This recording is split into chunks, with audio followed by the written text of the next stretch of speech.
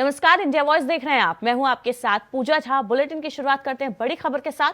गुजरात में आज जहां दूसरे चरण का मतदान हो रहा है, वहीं देश भर के 6 राज्यों में विधानसभा की 6 और लोकसभा की 1 सीट पर मतदान हो रहा है। हम आपको 5 तस्वीरों के जरिए लोकतंत्र के महापर्व की 5 तस्वीरें दिखा रहे हैं, जो गुजरात में होने वाले दूसरे चरण के विधानसभा चुनाव और यूपी समेत देश भर के 6 राज्यों की 7 विधानसभा और लोकसभा सीटों पर होने वाले उपचुनाव की तस्वीरें हैं। तो गुजरात में आज मतदान हो रहा है और इसके अलावा यूपी में मैनपुरी, रामपुर, खतौली में उपचुनाव हो रहा है। मैनपुरी लोकसभा सीट पर उपचुनाव हो रहा है, तो खतौली और रामपुर विधानसभा सीट के लिए उपचुनाव हो रहा है। और इसके अलावा बिहार में भी एक उपचुनाव हो रहा है। उन्हीं की ये तस्वीरें हैं। तो लोकतंत्र के महापर्व की 5 तस्वीरें आपको दिखा रहे हैं। गुजरात की तस्वीर, जहां पर देखिए किस तरीके से आज सुबह से ही वोटिंग शुरू हो गई। लोग अपने अपने नजदीकी पोलिंग बूथ पर जाकर मतदान कर रहे हैं। और उसी तरीके से यूपी में मैनपुरी में मतदान हो रहे हैं। सुबह से ही मतदान शुरू हो गए हैं। रामपुर में भी उपचुनाव के लिए वोट डाले जा रहे हैं। खतौली में भी विधानसभा सीट के उपचुनाव के लिए वोट डाले जा रहे हैं। वोटिंग हो रही है। तो लोकतंत्र की महापर्व की ये 5 तस्वीरें हम आपको दिखा रहे हैं।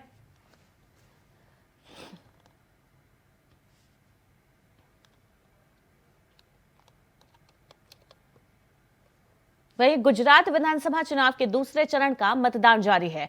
93 सीटों पर सुबह 8 बजे से शाम 5 बजे तक वोट डाले जाएंगे। दूसरे चरण के मतदान से पहले चुनाव आयोग ने अपील कर कहा, बड़ी संख्या में लोगों से अपील की है कि वो बड़ी संख्या में वोट डालेंगे, उनका हक है और मतदान जरूर करें। चुनाव आयोग के मुताबिक पहले चरण में शहरी क्षेत्रों में उदासीनता देखी गई थी। मतदान को लेकर गुजरात विधानसभा चुनाव के पहले चरण में 63.3% मतदान हुआ था। बता दें, गुजरात में 11 बजे तक की वोटिंग परसेंटेज आ चुकी है और 11 बजे तक 19.6% मतदान हुआ है। प्रधानमंत्री नरेंद्र मोदी ने भी अहमदाबाद में आज वोट डाला है।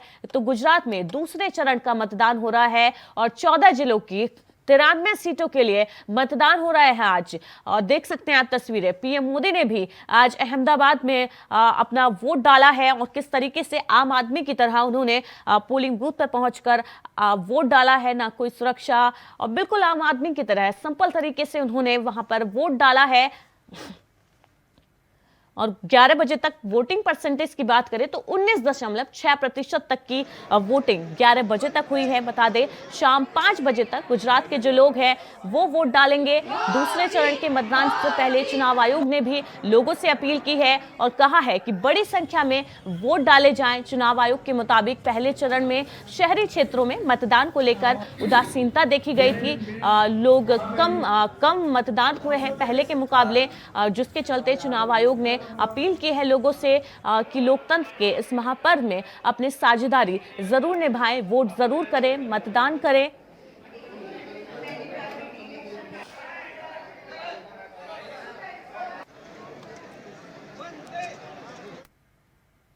वहीं गुजरात में हो रहे दूसरे चरण के मतदान की 3 बड़ी तस्वीरें आपको दिखाते हैं। पहली तस्वीर में जहां प्रधानमंत्री नरेंद्र मोदी बड़ी ही सादगी के साथ खुद मतदान कर रहे हैं। जी हां, देखिए कितनी सादगी के साथ वो खुद मतदान के लिए पोलिंग बूथ पहुंचे हैं। ना कोई सिक्योरिटी, ना कोई तामझाम, और बड़े ही सिंपल तरीके से आम मतदाता की तरह वो वोट डालने पहुंचे हैं और अपना वोट उन्होंने डाला है अहमदाबाद में। और दूसरी तस्वीर देखिए, और दूसरी तस्वीर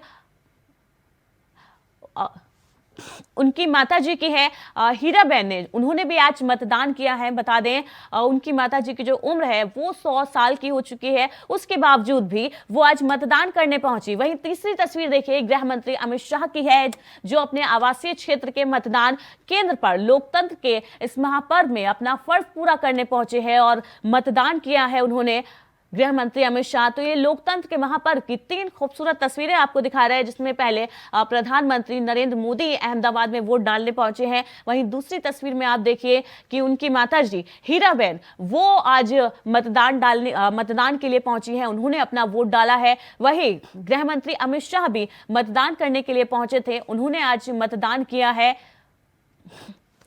देख सकते हैं आप कि गृह मंत्री अमित शाह ने भी मतदान किया है। अपने आवासीय क्षेत्र के मतदान केंद्र पर लोकतंत्र के महापर्व में अपना फर्ज पूरा करने अमित शाह पहुंचे थे, जहां पर उन्होंने मतदान किया है। वहीं पीएम मोदी ने भी अहमदाबाद में अपने नजदीकी पोलिंग बूथ पर उन्होंने भी मतदान करने के लिए पहुंचे थे और बड़ी ही सादगी के साथ बिना तामझाम के उन्होंने मतदान किया है। वहीं उनकी माताजी हीराबेन, उन्होंने भी आज लोकतंत्र के इस महापर्व में हिस्सा लिया। बता दें 100 साल की आयु होने के बावजूद वो खुद पोलिंग बूथ पहुंची और उन्होंने मतदान किया।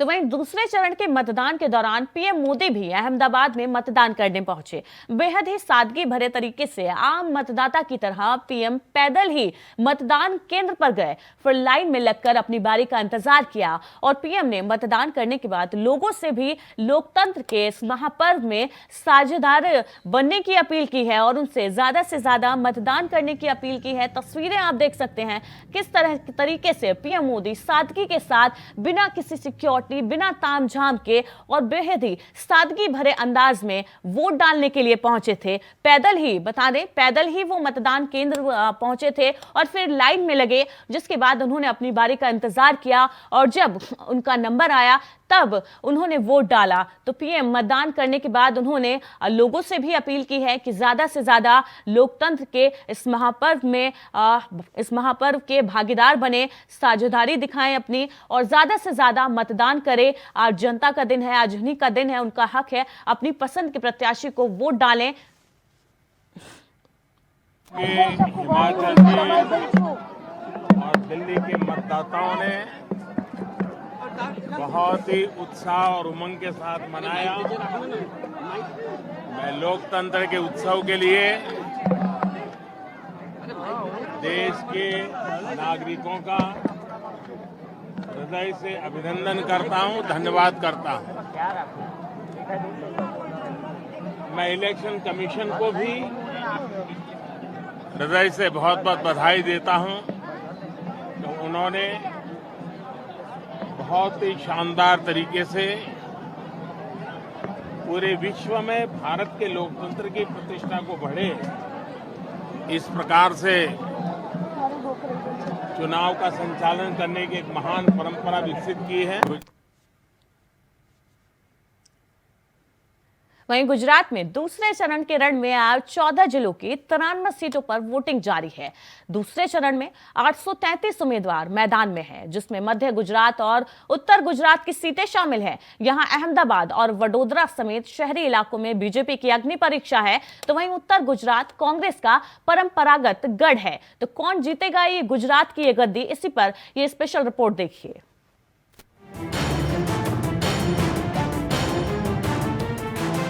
गुजरात विधानसभा चुनाव 2022 के दूसरे चरण के लिए 14 जिलों की 93 सीटों पर वोटिंग शुरू हो गई है।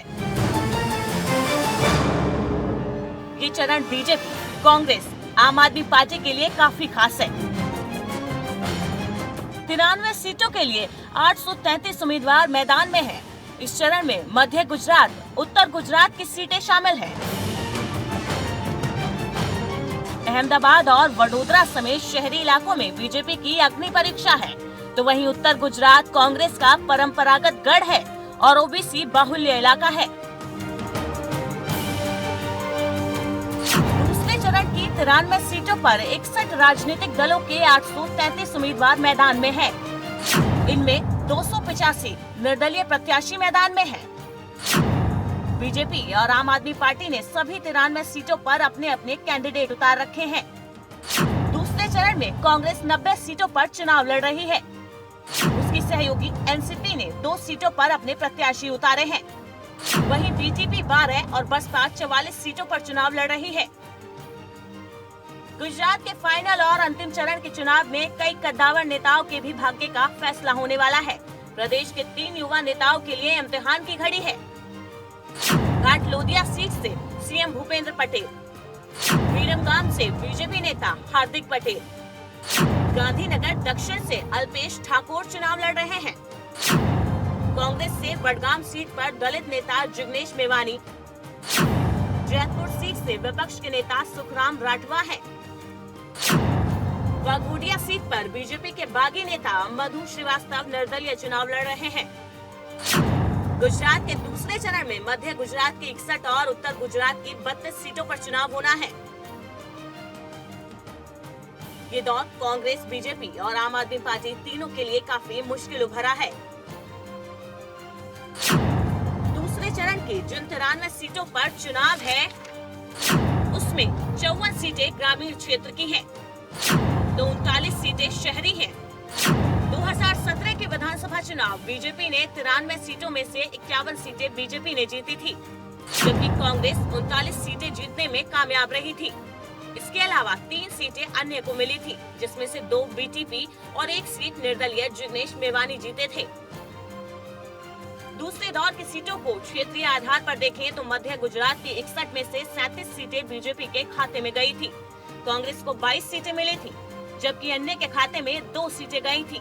इस तरह से मध्य गुजरात के इलाके में बीजेपी को बड़ी बढ़त मिली थी, क्योंकि पार्टी का ये मजबूत गढ़ माना जाता है। वहीं उत्तर गुजरात में बीजेपी और कांग्रेस के बीच कांटे की टक्कर है। इस इलाके की 32 में से 17 सीटें कांग्रेस के खाते में गई थी, तो 14 सीटों पर बीजेपी को जीत मिली थी। 1 सीट पर कांग्रेस समर्थित निर्दलीय उम्मीदवार जिग्नेश मेवानी जीते थे।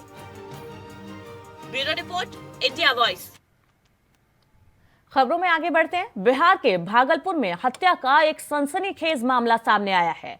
यहाँ एक महिला का हाथ, पैर और ब्रेस्ट धारदार हथियार से काटकर हत्या कर दी गई। घटना तब हुई जब वो बाजार से अपने घर लौट रही थी।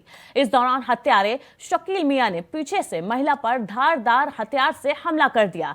घायल महिला को इलाज के लिए अस्पताल में भर्ती कराया गया, जहां महिला की हालत नाजुक देखते हुए महिला को जवाहरलाल नेहरू चिकित्सा अस्पताल रेफर किया गया, लेकिन महिला की रास्ते में ही मौत हो गई। वहीं महिला के पति का कहना है कि शकील मियां पहले भी घर पर आता था, जिस पर उनके द्वारा उसे घर आने से मना किया गया था, जिसको लेकर उसने घटना को अंजाम दिया।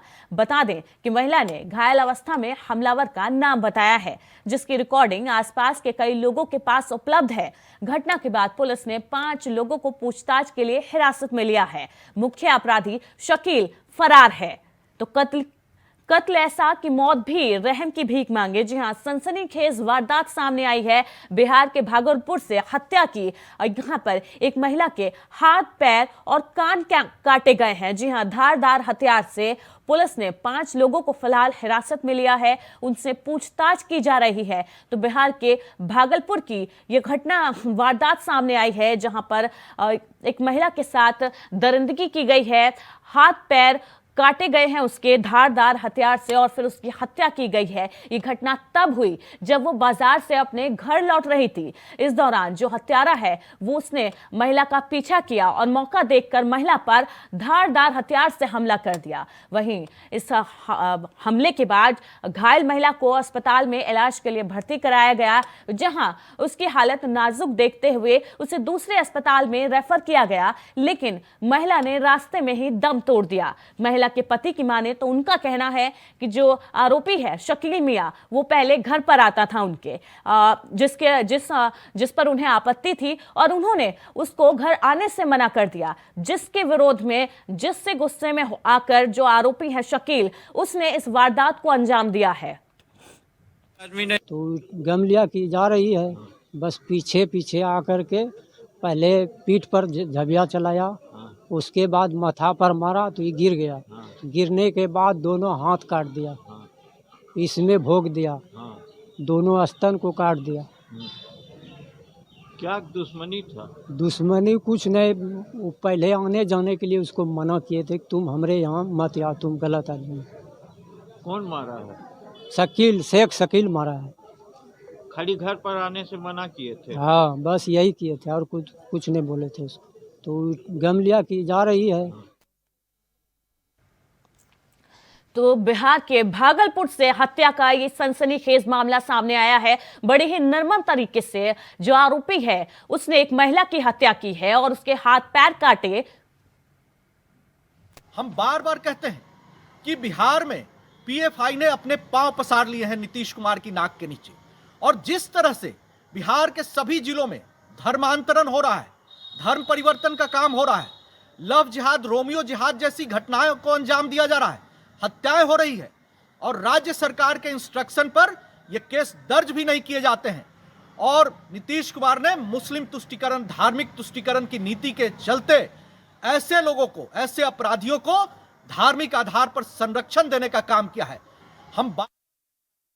तो बिहार के भागलपुर से हत्या का ये सनसनीखेज मामला सामने आया है, जहां बड़े ही निर्मम तरीके से एक महिला की हत्या की गई। ना कि हत्या की गई, उसके हाथ पैर काटे गए, कान काटे गए, ब्रेस्ट काटे गए और उसकी निर्मम तरीके से हत्या की गई है। घटना तब हुई जब वो बाजार से अपने घर लौट रही थी। इस दौरान जो आरोपी है, हत्यारा है शकील, वो उसके पीछे लगा हुआ था और मौका देखकर उसने धारदार हथियार से महिला पर हमला कर दिया, जिसके बाद घायल अवस्था में जो लोग वहां पर मौजूद थे, उन्होंने महिला को अस्पताल में भर्ती कराया गया, जहां पर उसकी हालत नाजुक बनी हुई थी, जिसे देखते हुए डॉक्टर्स ने उसे दूसरे अस्पताल रेफर किया। जवाहरलाल नेहरू चिकित्सा अस्पताल महिला को रेफर किया गया था, लेकिन महिला ने रास्ते में ही दम तोड़ दिया। वहीं महिला के पति का कहना है कि जो आरोपी है शकील मियां, वो उनके घर पर आता था, जिस पर उन्हें आपत्ति थी और उन्होंने उसको घर आने से मना किया था, जिसके विरोध में, जिससे गुस्से में आकर उसने इस वारदात को अंजाम दिया और महिला की निर्मम तरीके से हत्या कर दी गई है। फिलहाल पुलिस ने वहीं एक और बात की, महिला ने घायल अवस्था में, जब महिला घायल थी तब उसने आरोपी शकील का नाम लिया है, जिसकी जो रिकॉर्डिंग है वो आसपास के लोगों ने की।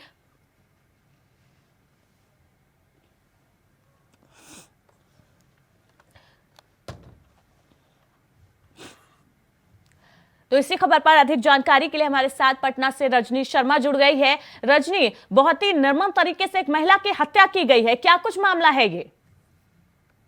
देखिए, जिस तरह से श्रद्धा हत्याकांड हुआ था वैसे ही हत्याकांड ये भी है, क्योंकि महिला के अंगों को कई टुकड़े में काट दिया गया था और बताया जा रहा है कि महिला अपने पुत्र के साथ बाजार गई थी और बाजार से लौटने के दरमियान पुत्र बाजार में ही रह गया था और जब महिला लौट रही थी तो एक सुनसान जगह पर मोहम्मद शकील और उसके साथ एक और आदमी था, कहा जा रहा है कि वो उसका भाई था, उन दोनों ने उस महिला को पकड़कर उसके अंगों को कई टुकड़े में काटा और टुकड़े कर ही रहे थे, लेकिन तब तक उन्हें एहसास हुआ कि कोई राहगीर गुजर रहा है। उसके आवाज होते ही वो दोनों वहां छोड़कर महिला को भाग गए और जब महिला के कराने की आवाज उस राहगीर ने सुनी, रजनी, जब आरोपी इस वारदात को अंजाम दे रहा था तब के आसपास वहां पर लोग मौजूद नहीं थे जिन्होंने इसका विरोध जताया हो? बिल्कुल, देखिए, बाजार से गांव जाने का वो जो रास्ता है थोड़ा सुनसान पड़ता है, खेत का इलाका पड़ता है और उसी खेत के इलाके में इस महिला को कई टुकड़े में उन्होंने काट डाला था।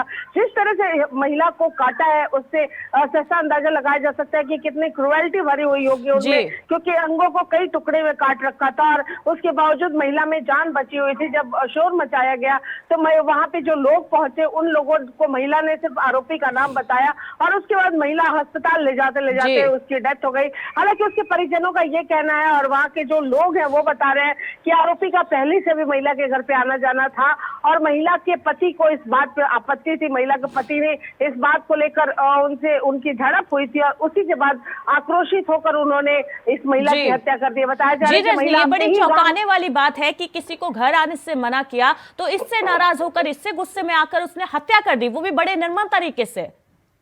बिल्कुल, देखिए, उसमें से दो आरोपी थे, उनमें से एक आरोपी पकड़ा गया और उससे पूछताछ की जा रही है कि आखिर वजह क्या थी। एक अभी भी फरार बताया जा रहा है, लेकिन जो पूरा का पूरा इलाका है उस इलाके को छावनी में तब्दील कर दी गई है, क्योंकि काफी तनावपूर्ण स्थिति हो गई है। ये सांप्रदायिक हिंसा ना भड़क सके इसलिए पूरी तरह से छावनी में तब्दील है। वहाँ पे पुलिस तफ्तीश कर रही है। बताया जा रहा है महिला गाँव में ही किराने की दुकान चलाया करती थी और उसकी किराने की दुकान पर ये शख्स, जो वहाँ के ग्रामीण बता रहे कि ये शख्स हमेशा आया जाया करता था, दुकान पर बैठा करता था और महिला के पति की इस बात को लेकर झड़प हुई थी और उसी के आक्रोश में आकर इसने इस महिला को टुकड़े टुकड़े में काटा। लेकिन जिस तरह से निर्मम हत्या इसने की, कहीं ना कहीं वजह क्या है, ये 5 लोगों को हिरासत में लिया गया है और अब तक पूछताछ में क्या कुछ निकलकर सामने आया है? बिल्कुल, देखिए, 2 भाई कहा जा रहा है कि ये 2 सहोदर भाई थे और इन्होंने इस हत्या को अंजाम दिया है। इस महिला का खेत और आरोपी का खेत भी लगभग आस-पास ही है।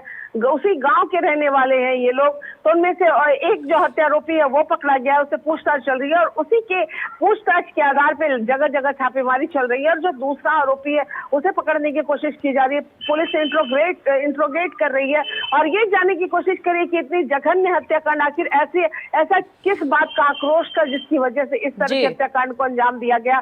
किसी और तरह की कोई सांप्रदायिक वहां पे तनाव ना व्याप्त हो, इसको लेकर पूरी तरह से अब देखना होगा कि इस मामले में क्या कुछ कार्रवाई आगे आरोपियों के खिलाफ होती है। लेकिन इससे एक बात साफ हो गई है कि बिहार में किस कदर बदमाशों के जो हौसले बुलंद है, ना उनमें प्रशासन का खौफ है, ना कानून का कोई डर है। अब देखना होगा कि पुलिस आगे क्या कुछ कार्रवाई इस मामले में करती है। बहुत बहुत शुक्रिया रजनी, हमारे साथ जुड़ने के लिए, इन अपडेट्स के लिए आपका। आगे बढ़ते हैं। यूपी विधानमंडल सत्र के पहले दिन वित्त मंत्री सुरेश खन्ना ने वित्त वर्ष 2022 और 23 के लिए 33,700 करोड़ का अनुपूरक बजट पेश किया। बजट में नई योजनाओं के लिए 14,000 करोड़ रुपए का प्रस्ताव लाया गया है। विधान परिषद में उप मुख्यमंत्री केशव प्रसाद मौर्य ने अनुपूरक बजट प्रस्तुत किया।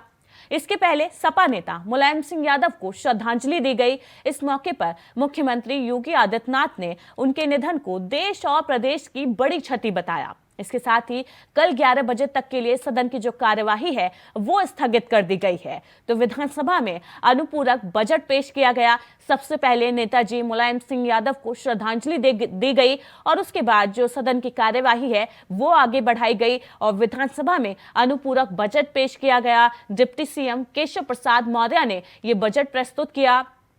33,700 करोड़ रुपए का ये अनुपूरक बजट है जो सदन में आज पेश किया गया। वित्त मंत्री सुरेश खन्ना ने बजट पेश किया है आज सदन में। तो विधानसभा की जो कार्यवाही है अब वो कल 11 बजे तक के लिए स्थगित कर दी गई है।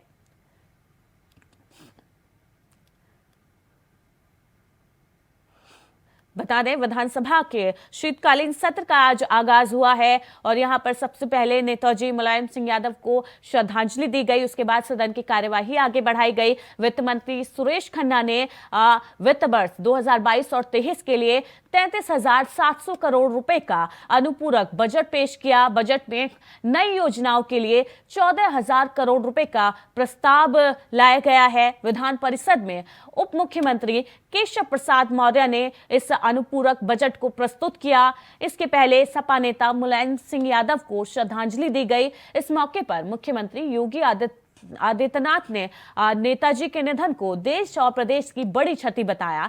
साथ ही कल 11 बजे तक के लिए सदन की जो कार्यवाही है वो स्थगित कर दी गई है।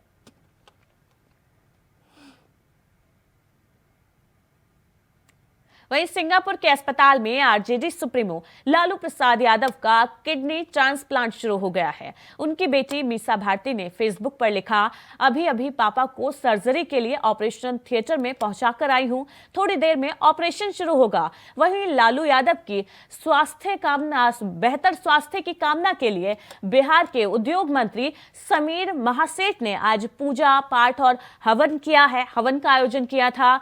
और साथ ही बिहार के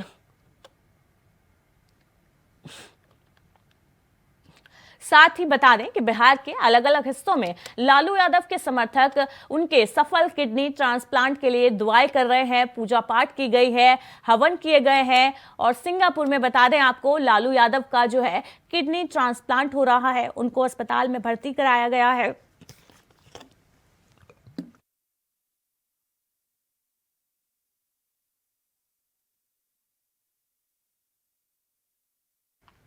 तो लालू यादव का सिंगापुर में किडनी ट्रांसप्लांट होना है और बिहार में उनके बेहतर स्वास्थ्य की कामना के लिए दुआओं का दौर शुरू हो गया है। सभी उनके बेहतर स्वास्थ्य की कामना के लिए पूजा पाठ और हवन कर रहे हैं और ईश्वर से प्रार्थना की जा रही है कि जल्द ही वो उनका जो स्वास्थ्य है वो बेहतर हो और वो वापस वापस अपने घर लौट आए। मंत्री समीर महासेठ ने हवन का आयोजन किया है और जिसमें सभी जो नेता हैं, कार्यकर्ता हैं पार्टी के, वो मौजूद रहे और उन्होंने नेताजी की जो जो लालू प्रसाद यादव हैं उनके बेहतर स्वास्थ्य की कामना की, भगवान से प्रार्थना की है। और उद्योग मंत्री समीर महासेठ ने पूजा और ये हवन का आयोजन किया था, जिसमें सभी मौजूद रहे। साथ ही बता दें आपको कि बिहार के अलग अलग हिस्सों में लालू यादव के जो समर्थक है वो उनके जल्द ही ठीक होने की कामना कर रहे हैं, सफल किडनी ट्रांसप्लांट की दुआएं कर रहे हैं। जी, आज समीर महासेठ के साथ साथ राष्ट्रीय वैश्य महासभा, पूरे पार्टी राजद के सभी कार्यकर्ता, महागठबंधन के लोग आज यहाँ पर बैठ करके हवन कर रहे हैं, सिर्फ इसलिए कि हमारे नेता, गरीब गुरबा के नेता, बिहार के नेता, देश के नेता आदरणीय लालू प्रसाद जी जल्द से जल्द स्वस्थ होकर के लौटे और 20 साल, 25 साल, 30 साल पहले के जैसा फील करते थे उस ढंग से वो फील होकर के अपने लोगों, गरीब गुरबा की सेवा में पुनः लग जाए। बुलेटिन में फिलहाल इतना ही। लगातार खबरों के लिए देखते रहिए इंडिया वॉइस।